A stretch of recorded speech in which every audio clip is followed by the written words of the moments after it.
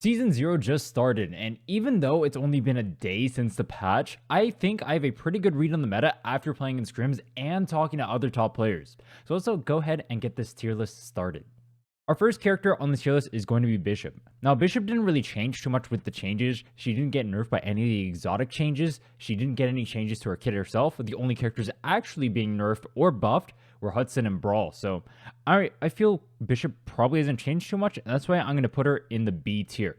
Bishop is a character that has a hard time forcing a fight, and in solo queue, I think there are going to be much stronger options, especially since she is such an ult-reliant character. That said, she does have good escapability, and it is very hard to take her down. So I do think she's a decent character with a decent spot in the meta, and that's why she's going to be a B tier. Next up is Brall. So I know absolutely everyone hates this character, seeing him in the meta. I do think his kit is extremely fun. I just think he's way too overtuned. Now, the nerfs that they ended up giving him were insane. They ended up nerfing his tether, so that way you have to recast it in order to get the cooldown ticking. They increased the cooldown of his left shift by 1.5 seconds and reduced the empowerment that you get from it if you end up dodging shots at level 3. They reduced his empowerment building from mobs, and they also lowered his auto attack damage and put the knockback back on it, which makes his matchup against ranged characters worse because they create more distance as he auto attacks them. So surely this character went down in tiers, right? Right? Yeah, if we're being realistic, let's go ahead and just make another tier above this one for Brall. We're going to make it nice and purple. Purple is the coolest color. Oh, whoops. I made this one purple. All right, I guess it gets to be red. And this is where Brall goes. Yeah, pretty much nothing changed. Before the nerfs, I'd probably put him at SS tier. Right now, he's just S+. So he's insanely strong. Best character in the game still, as you're going to see throughout this tier list. No one comes even close to Brall. The nerfs were actually heavy-handed, I think. If any other character received the same type of nerfs that Brall did, they'd be completely removed from the game. And I think that goes to show how overtuned Brall was. This character was an absolute menace, and he still is. Now, you do have an easier time dealing with him, but especially in solo queue, when running down people matters a lot in order to gain LP, characters with high mobility like Brall, and later we will see Jhin, are just way too broken, especially when they're so effective. There's not a single team comp in this game that does not function better with Brall. Next up is Celeste. I think Celeste has a pretty hard time in solo queue. Her main thing being her ult, but being an ult-reliant character in solo queue is pretty bad. It's one of the reasons why Brall is so good. As we talked about before, he has so many ways of resetting it, but not only that, he's extremely effective even without it, because his R&B just does so much damage. You can just execute people, fly in, dunk people, do everything. She doesn't really have great ways of playing over the abyss. She can spike well with her LMBs, but I don't think too much has really changed with her, and I'm probably going to put her at C tier for now. In coordinated play, I do think she gets a little bit stronger because you can utilize the ult a lot more, but in these solo queue scenarios, which most of you are probably watching this tier list for, I'm going to say that she's a little bit weaker. So there's only 3 healers in this game, and Elluna is definitely the worst out of those 3. She's not a character that really does too much inside of the Battle Royale format. Now in Arena, her win rate is actually pretty high, and I'm not sure why. We're talking about BR right now, and I feel like she has a hard time being able to get wisps, which she has a super easy time doing in Arena. She doesn't really contribute too much to team fights. She's low ranged, and her ult is pretty easy to force away. It's pretty easy to force her out of the fight when she ends up using her ult, so you can just like push her with like abilities such as Air Blast, or Powers rather, and you can pressure her extremely easily. I just feel this character doesn't do too much. I would rather just never see one on my team. I'm honestly going to put it in D tier. It might be the worst character in the game. Next up is Felix. Felix is another weird one where he's a character that technically counters Brall, as in he has a good matchup against Brall, and people have been specifically teching Felix to try and counter Brall. That said, it's not effective enough, and he doesn't really do too much outside of that. He has one trick, and that is ulting in and using Heat Shield and praying that engage works, and if it doesn't work, you have nothing else you can do up until your ult comes up again. That itself is pretty bad. Now, consider the fact that even if you do that, he's not even that effective, and this character definitely belongs down here with Elluna. Next up is Ghost. This is actually the character I've been maining recently. I think Ghost is absolutely insane, and he's been extremely underrated since even before his buffs. This character is nutty. He has everything in his kit that a DPS could possibly want. He has a low cooldown dash, he has pretty good mobility, he has resets, he has long range, he has short range, he functions at actually every type of range, he has good self-peel, he can help teammates with his peel, he does an insane amount of damage, he has utility with the stunts. This character literally has everything. Now, he is a bit tricky to play, and I think people do underrate how much skill he takes. I actually think he might be probably the 3rd hardest character to play in the game. With that said, I think Ghost is an S tier character. I think this character is absolutely nutty. You can do so much with him. If you watch me live playing this character, which I will be for the entirety of the patch, this guy is so disgusting. You just pump out damage. You just kill everybody. If you ever land a spike nade, that person is dead. If you ever land an ult, that person is dead. You can hold respawn beacons. You can control bonfires with his ult. He's just such a great character. He has everything you could possibly want in a DPS on his kit. And I was actually somewhat surprised they didn't end up nerfing him along with some of the other characters we're going to see in S tier in a bit. Next up on the list, Hudson. Obviously, Hudson is a character that dominated the entire game when the game first released. However, at this point, even with his buffs that he just got in this patch, I think at best I'd probably put him in C tier. This character, he has a hard time running around, and one of the biggest strengths in solo queue is being able to maneuver around the battlefield, and Hudson just simply does not have that. On top of that, you have the high ramp time, which a lot of characters can bypass. Characters such as Myth just outrange you, so even though you're ramping up, you're still getting outvalued by her. You can get hooked super easily by a character like Kingpin. You can just get taken down by a character like Joule, just hard bursted. You're extremely vulnerable to characters like ironically, Hudson, despite being what I consider a weaker pick, actually has a pretty decent matchup into Brall. People in higher elos have been trying to tech him into team comps in order to counter the Brall, but I don't believe they've seen too much success. I'm going to leave him at C tier for now. I feel pretty confident that he's not that good of a character. Every time I try to see someone make him work, it just does not work out. Next up is Beebo. Beebo's only been out for a day, but this character actually feels pretty solid.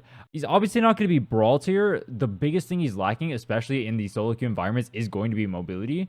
And I think much like Celeste, he's going to be a character that ends up shining more in a competitive environment. It feels much like a Void does, where he has a lot of team utility and he can set up his team extremely well. He can look for those picks. He can one-tap people. Obviously, his ult is great utility, but even the rest of his kit has great utility. He has the ability to never get spiked because he has his ice, Zeep, I think it's called. Whatever throws the ice platforms on the ground. This character, and he's also super fun and funny to watch. I think I'd probably put him in B tier for now, but B is pretty solid. Remember, in the competitive environment, I think he actually goes up. And the only reason he's down in this B tier is just because he's immobile, which is pretty bad when Brawls and Jins are running lobbies. For actually winning the game, he might be A tier. This means in the future, if they revamp ranks to make placement matter more, characters like Beebo and Bishop and Celeste end up going up in prio. Next up is Jhin. So Jhin is right up there next to Brall as one of the characters that just has the disgusting amount of mobility and can get on top of people. Oof. In a solo queue environment, I actually think I'm going to put Jhin in S+ too.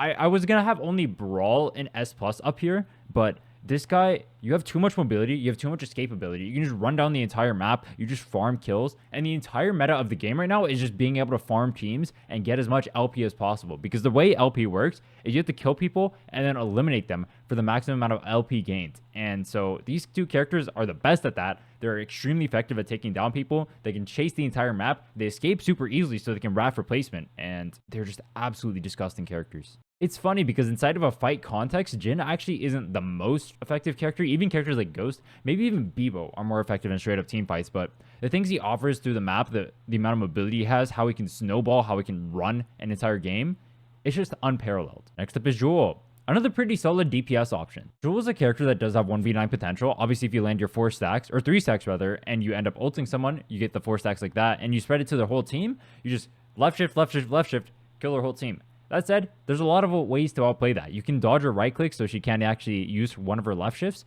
You can dodge her left shift itself. You can dodge her ult. You can dodge the left shift after the ult. She has a lot of counterplay options to you. You just have to dodge 1 or 2 things for her. She's still an effective character, but that's why I can't really justify putting her up there with Ghost. I'm probably going to leave her at the A tier for now.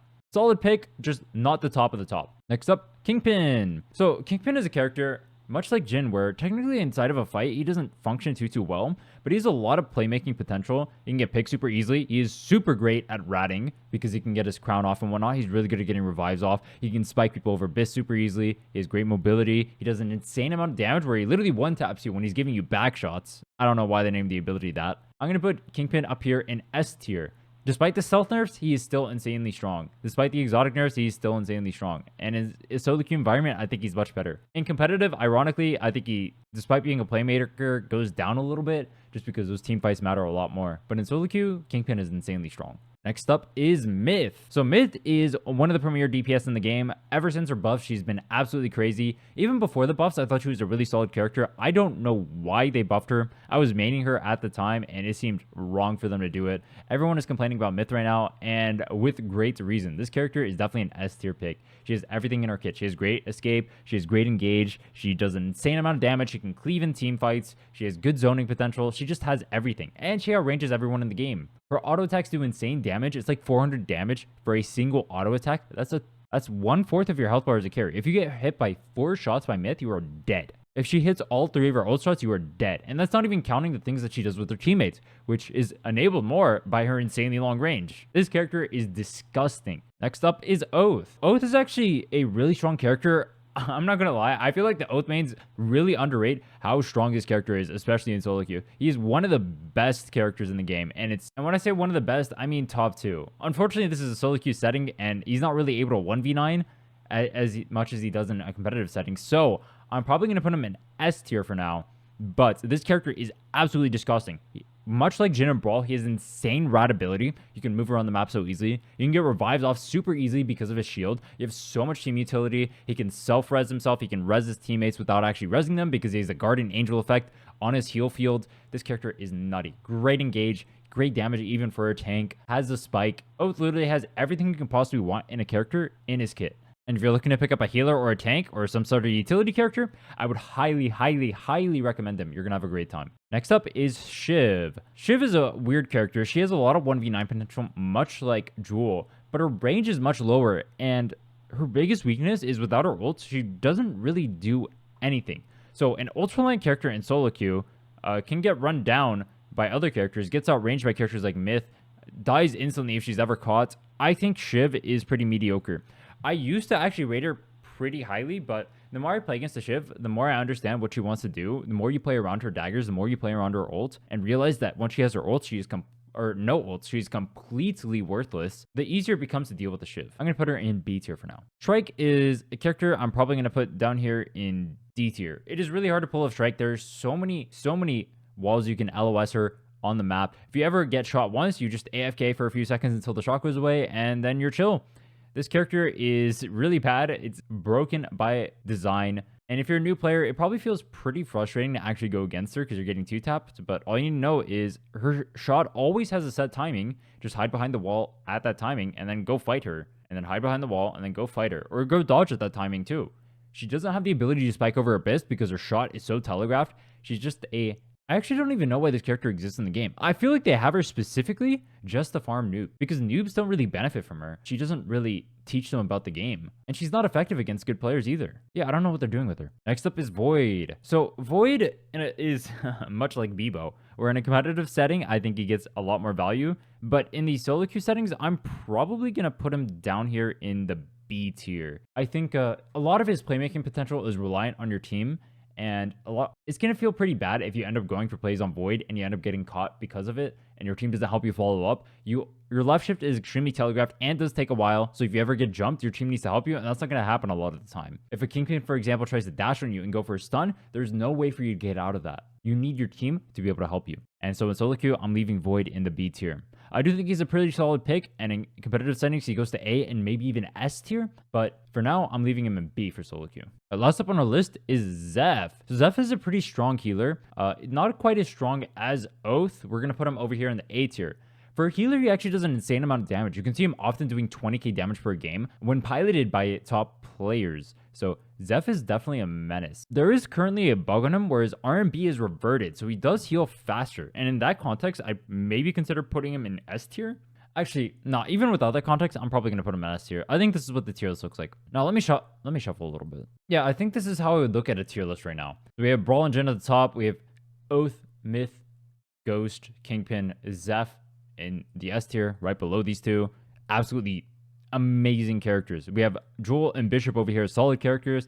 I don't think I can justifiably put Bishop away from Joule. I think they're pretty similar in terms of power level, though Bishop is much harder to pull off. We're not taking that into account because technically Brall is harder to pull off than most characters are at a base level. So I think I'm pretty confident with this tier list. If you guys have any questions, let me know in the comments, or you can ask me live at twitch.tv/Rhinne.